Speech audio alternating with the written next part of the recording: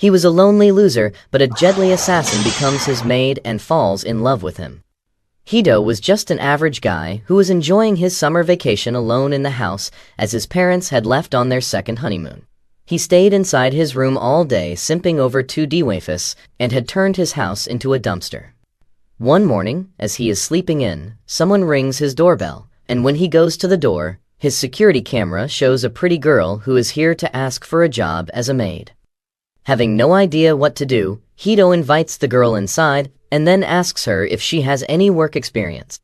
The girl tells him that she used to be an assassin and killed people who were disloyal to her master. Meido freaks out, and then the girl tells him that her master referred her to go and serve him. He asks her to tell him that she is just joking, but she is not, and he panics even more. He asks if he is somehow connected to her master, and the assassin maid tells him that his grandma used to know her master's son's third cousin's driver. Meido tells her that they are just strangers then, but he immediately realizes that he cut her off mid-sentence, and she might get angry because of that. He quickly changes the topic and asks the girl which field of assassination she specializes in, and she decides to give him a demo. She takes him to the backyard and throws a bunch of knives at a tree, creating a clean vertical line with them. Meido pisses his pants on seeing this and tells her that he doesn't have anyone he wants assassinated, and since he doesn't even know her master, she should just return back. The girl appears upset but accepts Meido's decision and apologizes for troubling him as she leaves. Meido heaves a sigh of relief as she goes, but then he notices that she forgot something. He runs after her, telling her that she forgot a bell. Just as he reaches the crossroad, he sees Trapcon is right in front of him, and he realizes that he is screwed. Luckily, the assassin maid leaps at him, saving him from getting ice-guyed. She feels oddly flustered as she rises up, saying that she has never saved anyone like this, so she doesn't know why her heart is beating so loudly. Meido is a bit taken aback at this, and then the maid leaves on her way. Suddenly, he has a change of heart and asks her if she can come and give him a test run of her abilities. Once they reach his house, the maid begins giving him a lecture on how to use knives, and Meido tells her that he just wants her to do some cleaning around the house. He points at all the bags in the room, and the assassin asks how many of these have bodies inside them. Meido panics as he tries to make her understand that he doesn't have anything to do with her line of work, and he just wants a normal housekeeper. He feels indebted to her for saving his life, so he wants to help her out, and the girl asks him will he hire her if she can be a good housekeeper. She tries her best, but within seconds after starting, she breaks the mop, spills water everywhere, and the bucket is on her head. She is anxious as she apologizes to Meido and says that she will clean up the mess quickly. However, she just slips on the wet floor, but before Meido can do anything to catch her, she shows her acrobatic skills and sticks a perfect landing. That perfect execution is spoiled by the bucket landing on top of her head again, and Meido asks her if she is always clumsy like this. She gets dejected at this and apologizes because she really has no idea how to do anything except killing. She says she will understand if Meido no longer wants to hire her, but he just takes away the bucket from her head and gives her a towel, saying that she can always learn new things. He helps in cleaning the house while teaching her, and soon they manage to make it spotless.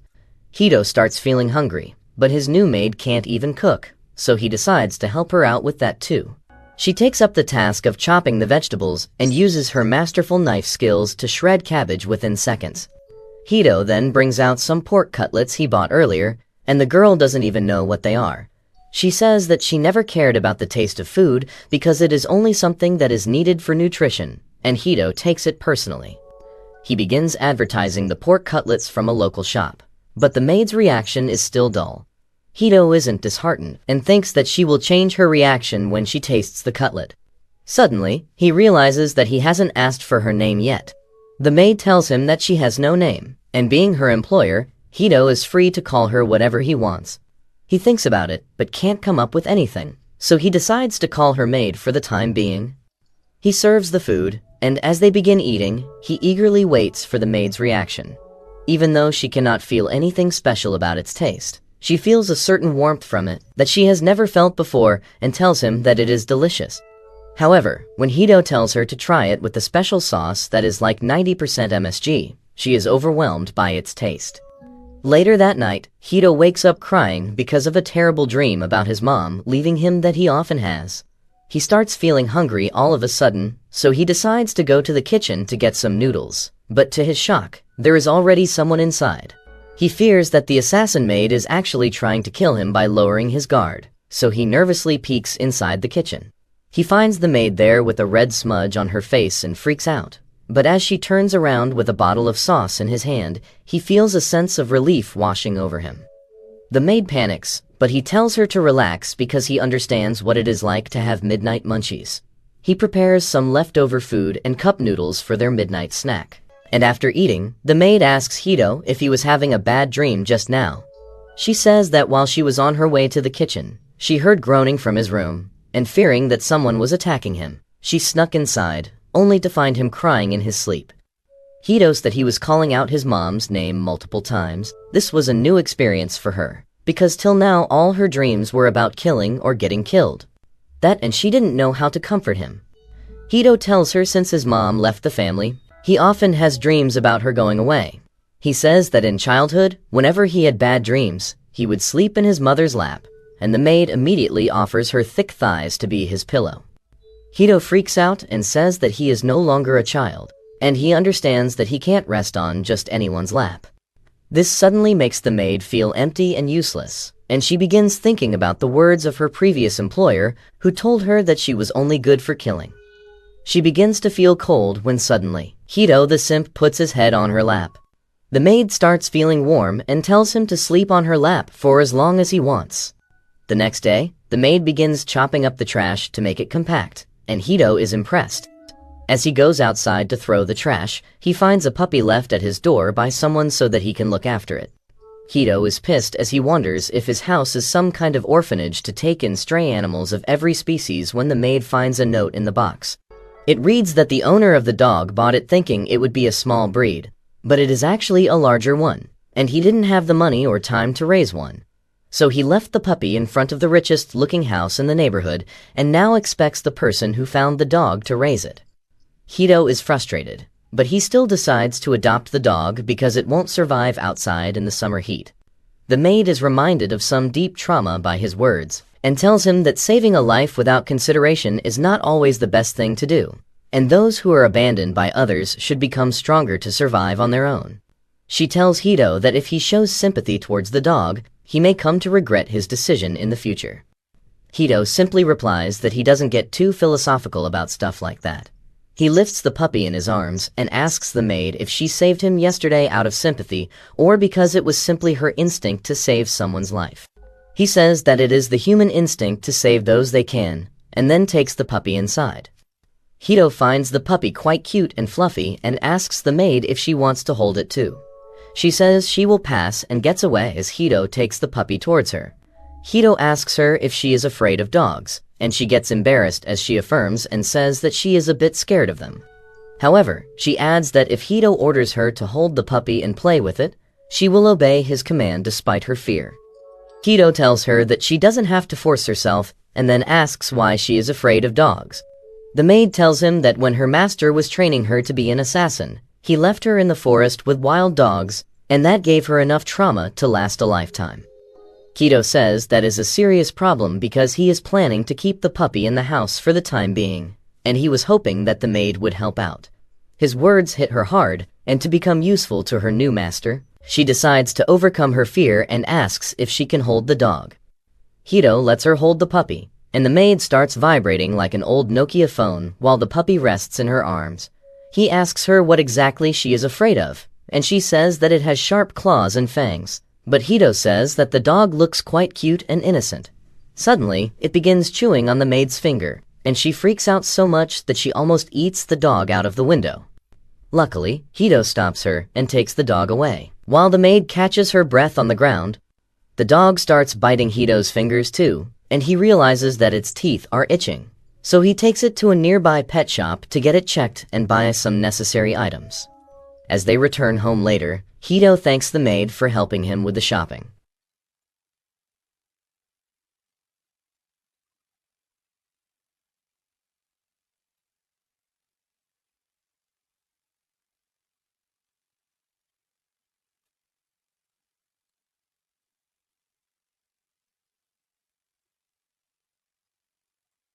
She suddenly replies that she has never seen anyone as kind as Meido, because the orders he gives her are something she is not used to. Her previous job used to be about killing people, and failure was not an option. However, Meido has treated her kindly even after she has done almost everything incorrectly. She asks him what she can do to become more useful to him, and if she belongs with him at all. Before Meido can answer, the puppy begins running away, but he grabs it, and then tells the maid that she must have wanted to stop being an assassin and live like a normal girl. He says that this is her chance, so she should not think too much about it. The maid suddenly realizes that for the entire time she worked as an assassin, she never really thought about giving up the job. Killing others was the only reason for her existence, and she thought that she would be useless if she stopped doing that. Suddenly, Meido tells her to look at the amazing sunset, and she goes next to him, thinking that if she stays with him, she might be able to learn and understand more about what she truly wants. Meido then tells her that when she first came to his house, he was really scared because he has never seen assassins in real life. However, after getting to know her, he realized that she was a good person at heart. Hearing that she is a good person reminds the assassin of the time she was a normal girl and her parents praised her. She suddenly asks Meido what she can do to become a normal girl again, and the first advice he gives her is about her failures. He says that since everything he asks her to do is new to her, it is normal that she will fail, so she should not let those failures burden her. Later, the maid begins preparing for dinner and chops cabbage like a normal person. She thinks that doing stuff normally is much easier and doesn't require intense concentration, and then begins thinking about dinner. Suddenly, the puppy comes to her and starts rubbing itself on her leg. The maid freaks out and points the knife at the puppy, thinking that it was trying to attack her from behind. However, as she sees it shake and collapse, she realizes that it was just hungry. She feeds the puppy and tries touching it to overcome her fear, but Meido enters the room just then and startles her. He is impressed that the maid fed the dog and thanks her. He then begins petting the puppy, and since it has really fluffy fur, he decides to name it Machai. Everyone likes that name, and then Meido emotes for no reason to tell the maid that she has become better at her job. She is really moved by receiving this appreciation and offers to take care of the puppy if he is busy. Meido is concerned about her phobia, but the maid tells him that she wants to become normal, and for that, she must overcome her fear first. Meido is impressed by her determination, and he guides her as she pets Machai and then holds it in her arms. She pets its belly and realizes that her fear was irrational, and the puppy is really well behaved. After that, they sit down for dinner, and the maid falls in love with the sauce once again. She quickly finishes her plate, and when Meido asks if she wants a second serving, she says that she shouldn't bother her master for such things, but her body reacts in the opposite way and extends the plate. Meido tells her to stop hesitating so much all the time and feel free to ask if she wants anything. The maid immediately takes up the chance and asks him to name her. Meido begins asking her some routine questions before choosing a name. He asks about her birthday, and the only thing she has heard about her birthday is that it was snowing heavily on that day. Meido decides to name her Yuki, which means snow, but that brings back traumatic memories for the girl. Her previous master also called her Yuki because she was cold-blooded just like snow. She hated that name, but as Meido talks about how much he loves snow and winter, she accepts the name. She smiles as she thanks Meido for giving her this name, and then begins repeating it like a silly Pokemon. The next day, as Yuki is playing with Machai, Meido comes up to her with a piercing gun because he is planning to get a piercing to look cool in front of his friends. He tells her that he is not confident enough to do it by himself, so he asks Yuki to do it for him. She takes up the task, but as she is about to punch a hole in his ear, she suddenly backs down. She begins trembling as she asks Meido if this is her punishment for doing something that he didn't like. She says that she is afraid of piercing Meido's body, and he asks her if she didn't use to pierce people on a bigger scale. Suddenly, the doorbell rings, and Yuki goes to see who it is. Outside the door, Meido's younger sister Riko is eagerly waiting for him to open the door because he texted her about getting a dog, and she wants to see it. Yuki opens the door for her, and she is dumbfounded on seeing a girl in her brother's house. Once Riko gets inside, she is amazed at how clean the house is, but more than that, she finds it hard to digest that her brother has got a pretty maid. She begins pulling his cheeks as she asks why he did not tell her before, and he replies that their mom would be concerned if he told her about this situation. He called their dad about hiring a maid, and he just gave him an okay. Riko begins pulling his cheeks again, and then Yuki asks the siblings if they live in different homes. Riko suddenly turns bashful and faces away from her as Hito explains that his sister likes beautiful people and things, which is the only reason he didn't tell her about Yuki. Anyway, the two girls introduce themselves, and Riko remarks that Yuki has a pretty name. She thanks her and says that Hito gave her this name because she used to be an assassin and didn't have a fixed name. Hito tries to stop her, but the damage is already done, and Riko freezes as she hears this. However, she is not afraid of Yuki but awed because she is both beautiful and strong. Riko asks her to give an autograph, but finds that her handwriting is crude and childish, much to her disappointment. Yuki gets concerned on seeing Riko and Hito's reaction and tells them that she is not good at writing but can speak 12 languages fluently. Riko is even more impressed and decides to do her summer vacation project on Yuki. She tells her to start by showing off her assassin skills, and Hito asks his sister to stop. He tells her not to write anything that can land Yuki in trouble, but she says that she will just pass it off as fiction. She turns to Yuki again, who asks her to come to the backyard to see her abilities. There, Riko stands with an apple on her head, and she doesn't even doubt Yuki's aim as she gets ready to throw a knife at her. Yuki hits the apple right in the center, and Riko is really thrilled to see it. She asks Yuki where she brought out that knife from, and the maid replies that she had it inside her clothes. Originally, she used to carry 16 knives, but Hito told her they were too much, so she only has 5 right now. After that, as Riko is asking more questions, her stomach suddenly growls for food, and Hito laughs as he says that it is almost lunchtime. Riko asks Yuki to make her signature dish for her, but the only thing she knows in the name of cooking is shredding cabbage. However, they are not herbivores to eat just that, so they go out and have some Big Macs. Riko sees a poster of a summer festival that is going to be organized tonight, and Hito tells Yuki that they sell a special type of sauce at the festival. Yuki starts drooling as she hears that, and she requests Hito to take her there, which he happily accepts. The three of them go to the festival and try out a shooting game. Riko fails to hit anything, and Yuki takes up the gun to show that she has some skills. However, she can't hit anything either because the gun is crooked, and she begins to doubt whether she is fit to be an assassin. After that, they go goldfish scooping, and Yuki shows her skills this time. Next, they go to the sauce shop, and Yuki relishes the crackers coated with delicious sauce. Riko runs away to buy something to drink, and Hito and Yuki decide to wait for her nearby. As they wait, Hito asks Yuki if she has ever been to festivals before, and she says that she has gone to festivals, but that was only to kill her targets. She looks gloomy as she recalls her dark past, but then suddenly, the fireworks start, and she is awestruck at seeing them. Soon, Riko returns with the drinks and sits between them to see the fireworks. Later, they head home, when suddenly, a biker comes speeding towards them. They hear someone scream that he is a robber who has stolen their stuff, and he almost runs over Riko, but Yuki saves her. Hito goes to check on them, and he finds that her sister might have awakened a kink after Yuki held her in her arms. He is glad that no one is harmed, but he is angry at the biker for robbing innocent people and putting the lives of bystanders in danger. He says that people like him should be punished, and Yuki accepts that as her mission. She begins climbing the building and chasing after the robber like Spider-Man before Hito even has the chance to tell her to stop, and Riko says that they must catch up to Yuki because she wants to see her beat up the robber. They follow Yuki as she jumps through the roofs, and she soon finds the biker. She leaps from the building and throws 2 knives to blast his tires, sending him crashing into an alley. Hito and Riko reach the place just as Yuki gets close to the robber with knives drawn.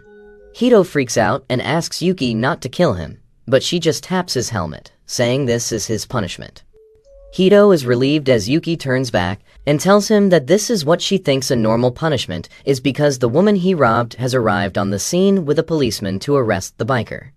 Hito and the girls head to their home, and Riko tells Yuki that her friends at school will be really surprised when she tells them about her. Yuki is curious to hear about her school because she has never been to one. Riko tells her that school is a fun place as long as the silent kid doesn't bring a semi-automatic, because they can make friends and learn stuff. She then begins to run towards her house, and hearing her words has made Yuki interested in attending a school. She tells Hito that maybe attending a school will help her in becoming normal, and he agrees, wondering if she is even eligible to attend school at her age.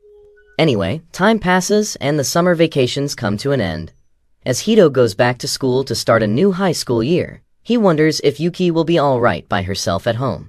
Suddenly, one of his delinquent friends comes there and asks if he has heard the news about a pretty maid cosplayer in the town.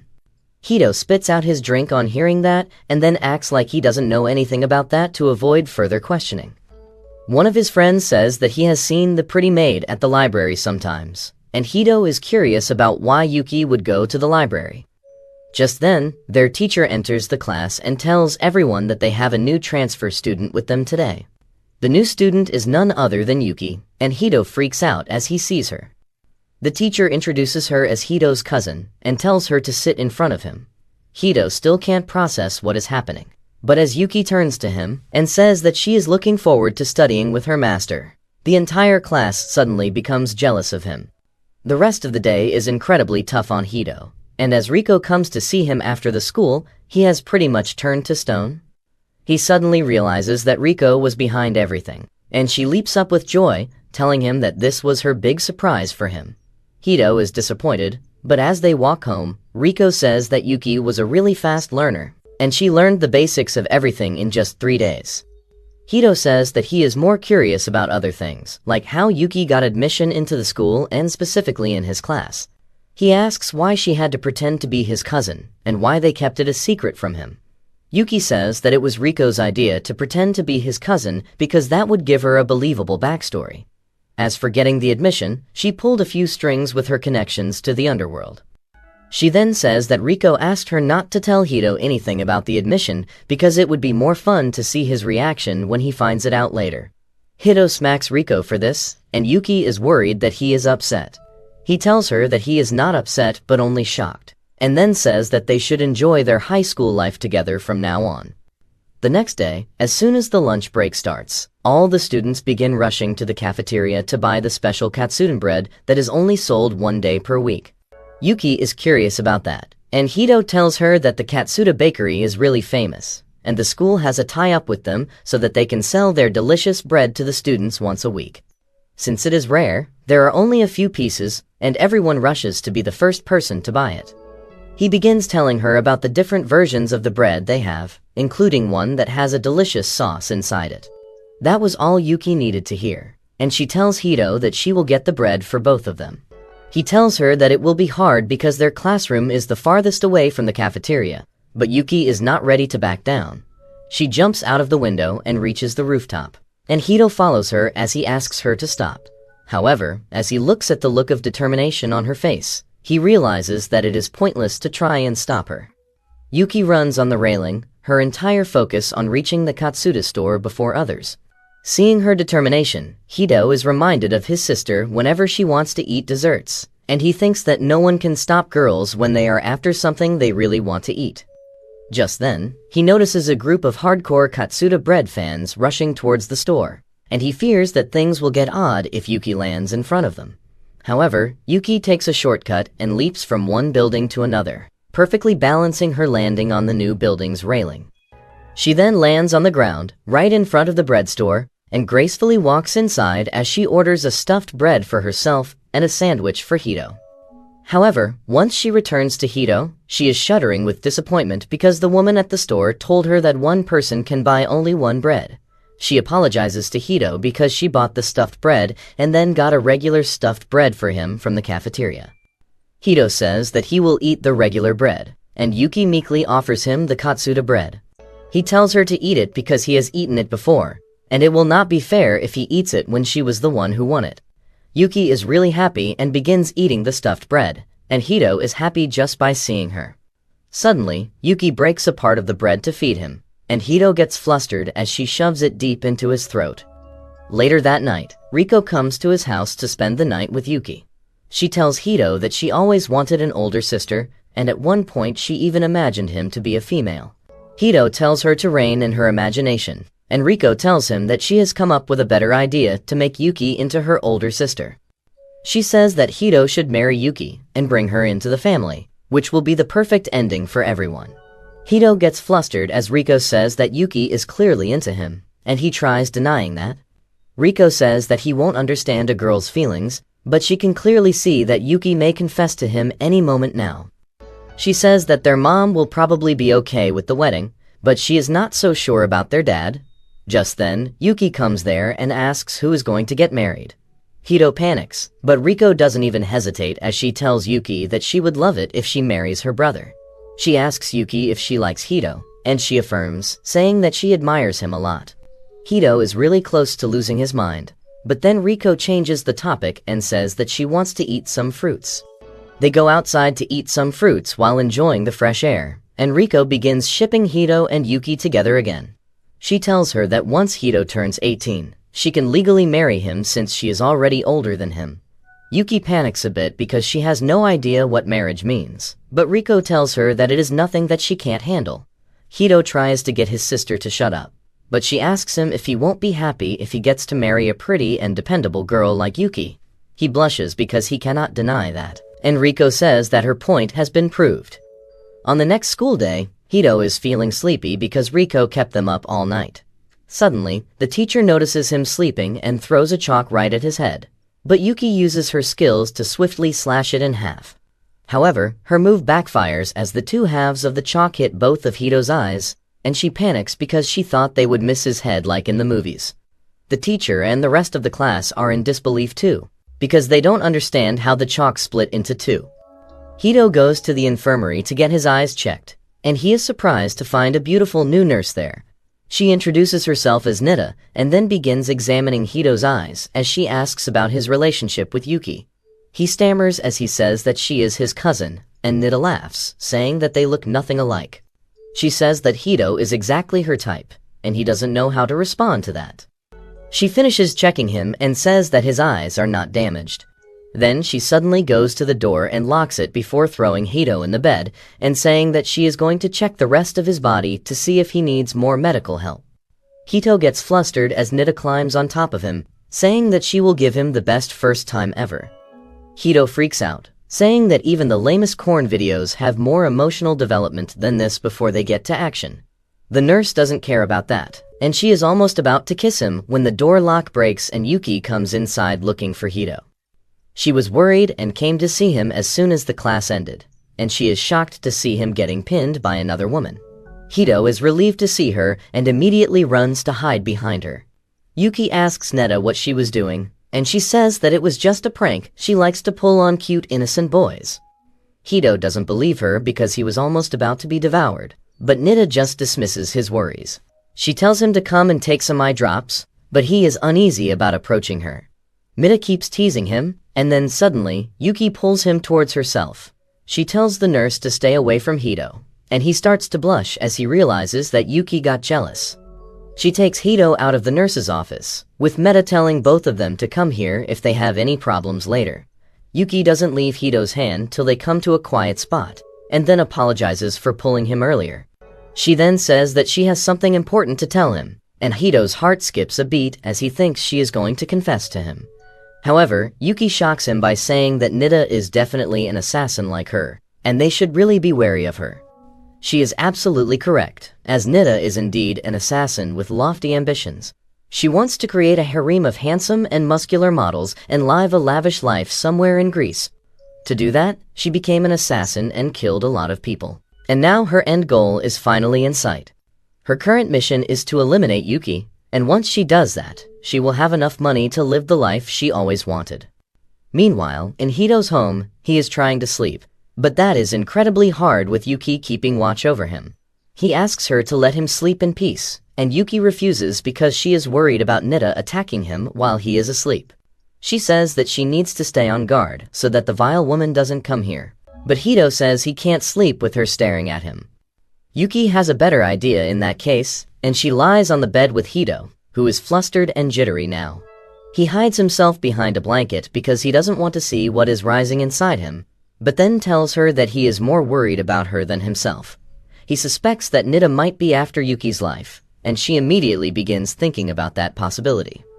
She tells Hito not to worry too much about her because she can deal with someone on Nita's level in her sleep. She begins wondering how Nita found out about her, realizing that her past is catching up to her, and she has involved Hito in it too. She suddenly holds his hand, telling him not to worry about anything because she will keep him safe no matter the cost. Kido starts blushing at this, and he gets up, saying that he also wants her to stay safe, even though he is powerless to do anything. He suddenly decides to open the window to get some fresh air, but Yuki says she will do it since there is always the danger of snipers. As soon as she unlocks the window, she suddenly smells her favorite sauce and wonders where the scent is coming from. As she is engrossed in finding out the source of the delicious smell, she suddenly hears Nida's voice, telling her that she has lost her touch. The Catwoman cosplayer had infiltrated the room while Yuki was distracted, and Hito is already in her grasp. She tells Yuki that she has become softer because of playing house with this boy, and she fell for such an obvious trap. Nida asks if she really was the famous assassin known as the White Wolf of the Dragon's Nine. Yuki pulls out a knife, but Nida asks her to hold her horses because she is going to poke Hito's eyes out before she can do anything to her. Suddenly, Yuki releases a menacing aura and begins talking in Chinese. She threatens Nida that if she does anything to harm Hito, she will make her regret it so much that she will beg for death. Nida is scared of her, and she decides to back away from harming Hito. She tells Yuki that she only has business with her because she has a commission to kill her. However, she knows that the difference in their skills is too vast, and she won't be able to do anything against her without a hostage. That is why Nida decides to take Hito with her and tells Yuki to meet her in the school grounds at 2 in the night if she wants him alive. After she leaves, Yuki begins recalling the words of her teacher, who told her that no matter what she does, she will always remain a bloody assassin whose only purpose on Earth is to kill people. Yuki admits that it is true, and she decides to stop living in the delusion that she can be normal. She decides to kill Nida, eliminate all proof, and when Hito's safety has been ensured, she will leave the country for good and resume working as an assassin. However, she recalls that Hito wanted her to be safe and stay with him, and realizes that she wants the same thing. On the other hand, Nida has brought Hito to school and tied him up with some bondage gear that she always keeps in her purse in case she is feeling freaky. Hito is rather calm about the situation, and Nida asks if he is not afraid that he can die any moment, and it will all be Yuki's fault. She asks him if he hates the maid now, and Hito replies that even though he is scared, he has faith in Yuki that she will protect him. Nida is impressed that he can say such things even in this situation and tells him that she really didn't want to drag him into this battle, but she needed to do this to fight against the fearsome assassin Zu. Hito asks her who is Zu, and Nida asks him if he doesn't know her original name that was famous in the underworld. She says that Yuki was not just an assassin, she was a monster. She begins saying that there were a lot of scary people in the underworld, but Yuki was on another level. She was a cold-blooded, ruthless killer who showed no emotions as she offed people. Not only that, Yuki was the number 4 in the clan of the greatest assassins in the world named Dragon's Nine. Nida explains that Dragon's Nine gathers talented individuals around the world and raises them as master assassins, and they have been involved in almost every major upheaval in history. However, since they are so powerful and important, they have a lot of enemies too, and there is a huge price on their heads. Nida says that if she kills Yuki, she will get a lot of money, and her reputation will also grow, landing her even more high-paying jobs. Hito is not impressed by her ambitions and asks if she is really talking about Yuki, who is just a 16-year-old girl who is emotionless one moment, and the very next moment she has everything visible on her face. Nida screams at him that she is sure that Yuki is the assassin named Zu because she has been spying on her since the last few weeks. She suddenly starts thinking that Hito is not a regular person because no one would be so calm in a situation where their life is in danger. On top of that, he melted the stone-cold heart of Yuki, and now Nida is sure that there is something extraordinary about him. However, she plans to use that to her advantage because she knows that Yuki will try everything she can to protect him, and she will become more vulnerable while doing that. As soon as the clock strikes 2, Yuki comes there. She starts running towards Nida, who shoots her, but Yuki easily slashes the bullets away. Nida immediately switches to the next part of her plan and shoots the ground, activating the trip mine she had buried there. Yuki realizes it only after the trip mine is activated, and a powerful explosion engulfs her. Nida laughs, thinking she won, and Hito is horrified. However, Yuki is unharmed, and she lunges through the smoke to attack Nida, who barely blocks her attack.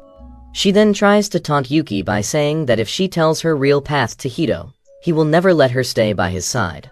However, Yuki ignores her taunts and tells her to stop yapping. She says that Hito has school tomorrow, and staying out this late will cause him to be sleepy in class. Nita begins yelling because no one is taking her seriously, and she tells Yuki to stay silent and let her beat her to death if she doesn't want Hito to lose all his limbs. She presses a few buttons on her smartphone, and suddenly, Hito gets lasers pointed at both his arms and legs. Nita says that there is a sniper gun pointed at each of his limbs, and she just needs to press one more button to reduce Hito into a torso. She tells Yuki to give up now, but instead, Yuki dashes towards her without hesitation. Nita presses the button in a state of panic, but then Yuki draws out 4 knives and throws them towards the laser light, deflecting the bullets with them. Nita freaks out because she didn't expect this to happen.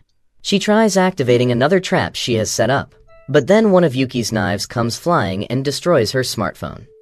She screams because it was brand new and she hasn't got insurance on it. Yuki comes up to her, and the scared Nita points her gun at Hito, only to get it kicked away. Yuki hits her and throws her on the ground, and Nita fears that she is going to die now.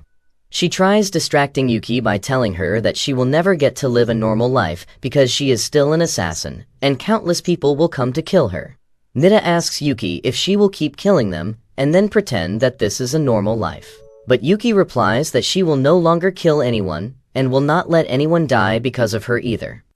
She frees Hito from the restraints and goes home, while Nita is still in disbelief.